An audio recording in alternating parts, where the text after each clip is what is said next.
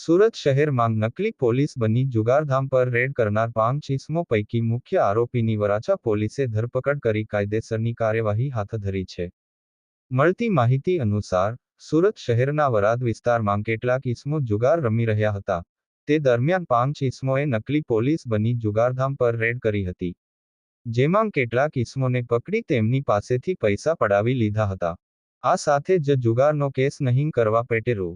1,73,000 પડાવી લીધા હતા. જો કે, રૂપિયા પડાવી લીધા બાદ પાંચે આરોપી ફરાર થઈ ગયા હતા.